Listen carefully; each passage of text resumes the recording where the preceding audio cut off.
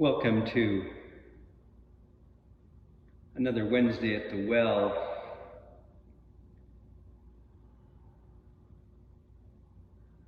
You're not going to see me, you're going to see this beloved space of ours. We've been out of this space now for, I think 16 weeks. As you know from discussions we've had on Zoom conference calls and through other things that I've said in sermons and in blogs, it's unlikely that we'll be back here anytime soon. And as we've gone through this strange time together, one of the things that is just so clear to me is how precious this space is to our life. You know, worship spaces aren't inanimate spaces. They're spaces that inhabit the life of a community. They inhabit our experiences. They inhabit our baptisms, our weddings, our Sunday services, our laments, our praises. We process our journey with God in this space. We love each other in this space. And therefore, when we're not here, we're missing something that is deeply inside of us. I've had 3 significant worship spaces in my life. The first one was in college at Stanford Memorial Church. The second was my first job as a priest, Trinity Church, Boston. Both of those places, I love. Those spaces mean a lot to me. Whenever I go back to them, I revisit my journey with God in them. But nothing compares to this space for me. I've been in this space for 27 years. I've seen people begin their Christian journeys here. I've seen people end their Christian journeys here. And of course, most of all, what I've seen here is God. God in the Word, God in the sacrament, and God in the beautiful people that inhabit these pews.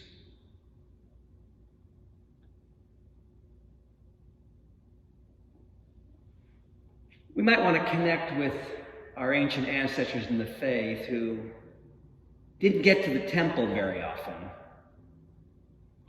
The fortunate ones would get there once a year for big festivals. They longed for that space. Psalm 84 says it all. How dear to me is your dwelling, O Lord of hosts. My soul has a desire and longing for the courts of the Lord. My heart and my flesh rejoice in the living God. And then towards the end of the psalmist says, for one day in your courts is better than 1,000 in my own room, and to stand at the threshold of the house of my God than to dwell in the tents of the wicked.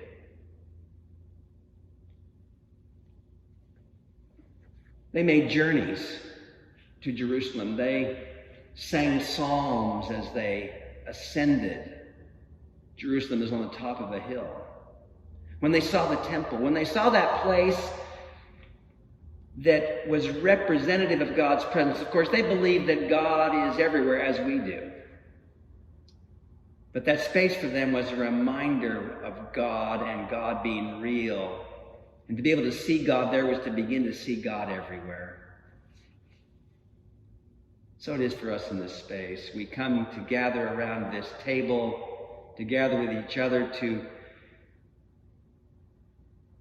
open our hearts to God here so that we may open our hearts to God everywhere. And so we grieve that we cannot be here. But one final thing. You know, sometimes when one of our senses is unable to do its normal work, it heightens the other senses. And maybe an invitation during this strange time we're in is to realize that even though we cannot gather in this temple, that we can become even more acutely aware of the temple that we are as the living stones of the church. And that when we get to see each other, wherever it is, maybe it's a a chance encounter at the store. Maybe it will be in one of our social gatherings in the parking lot, which is much more manageable than trying to gather people for worship. Maybe it will be some other occasion where you're walking along a trail and you see someone, or maybe you're going to organize a socially distanced walk with somebody. Maybe what we will become even more acutely aware of is how the presence of God dwells in the lives of human beings, and in particular in the lives of human beings together in this temple we call church. And maybe what we'll say when we see each other is the words the psalmist said about the temple. How dear to me is your dwelling, O Lord of hosts. My soul has desire and longing for the courts of the Lord. My heart and my flesh rejoice in the living God. Maybe we'll say that about each other. That God lives in us. When the temple was destroyed in 587, the people had to figure out what to do with that. And I bet one of the things they discovered in Babylon was that God was with them, even though there was no temple. God is with us.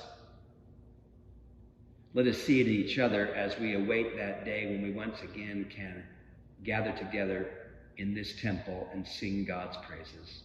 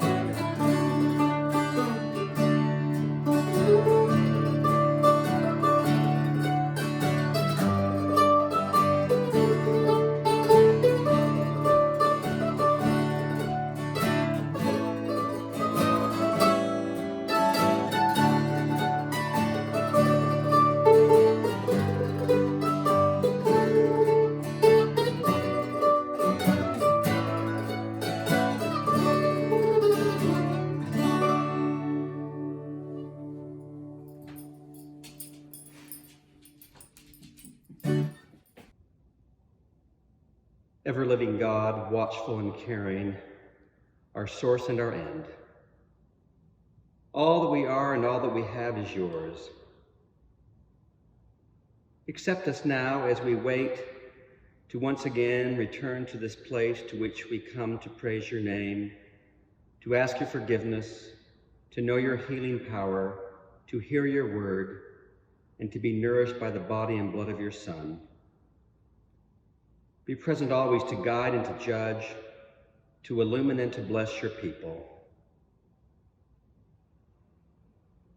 Holy Spirit, open our eyes, our ears, and our hearts, that we may grow closer to you through joy and through suffering.